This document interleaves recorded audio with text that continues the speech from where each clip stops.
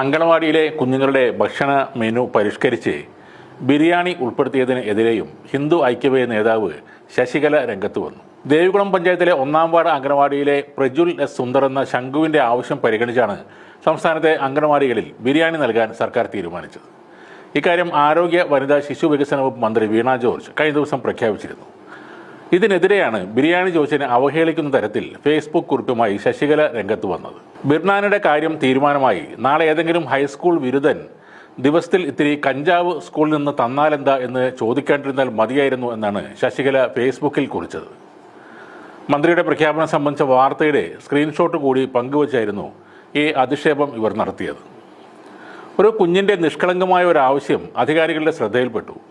അതിനെ തുടർന്ന് ഭക്ഷണക്രമം മാറ്റാനുള്ള വളരെ പോസിറ്റീവായ ഒരു തീരുമാനം സർക്കാർ എടുക്കുന്നു. എന്നാൽ ആ കുട്ടിയെ കൂടി പരിഹസിച്ചുകൊണ്ടാണ് വർഗീയ ചിന്തകൾ മാത്രം പേറുന്ന ശശികല വന്നിരിക്കുന്നത്. ഒരു ബിരുദൻ ഇനി കഞ്ചാവ് ചോദിക്കുമോ എന്ന പരാമർശം തന്നെ ഈ ശംഖു എന്ന കുഞ്ഞിനെ കൂടി ഉൾപ്പെടുത്തിയാണ്. ബിരുദൻ ശംഖു എന്ന പേര് മലയാളികൾക്കേറെ സുപരിചിതമാണ്. ഇത്രയ്ക്ക് നികൃഷ്ടമായ രീതിയിൽ പ്രതികരിക്കാൻ ശശികലയ്ക്ക് മാത്രമേ കഴിയൂ. ചിലപ്പോൾ ഇവരുടെ മെയിൽ വെർഷനായ കൃഷ്ണൻ വക്കീലിനും അത് സാധിച്ചേക്കും. അതിനിടെ അങ്കണവാടി മെനു പരിഷ്കരിച്ച് ബിരിയാണി ഉൾപ്പെടുത്തിയതിന് മന്ത്രിക്ക് നന്ദി പറഞ്ഞുകൊണ്ട് ശംഖുവും എത്തിയിരുന്നു.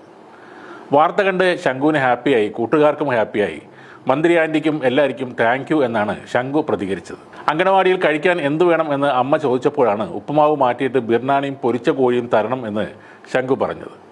വളരെ മനോഹരവും നിഷ്കളങ്കവുമായാണ് ശംഖു തൻ്റെ ആവശ്യം ഉന്നയിച്ചതെന്നും അത് പരിഗണിക്കുമെന്നും മന്ത്രി വീണ ജോർജ് അന്ന് പറഞ്ഞിരുന്നു. ഇപ്പോൾ ശശികലയുടെ പോസ്റ്റിന് മറുപടിയായി ഒട്ടേറെ കമൻറ്റുകളും വന്നിരുന്നു. ഞങ്ങൾ കഴിക്കുന്നത് ഞങ്ങൾ ചോദിച്ചു, ടീച്ചർ കഴിക്കുന്നത് ടീച്ചറും ചോദിച്ചു, അതിനെന്താ പ്രശ്നം എന്നായിരുന്നു ഒരാളുടെ കമൻറ്റ്.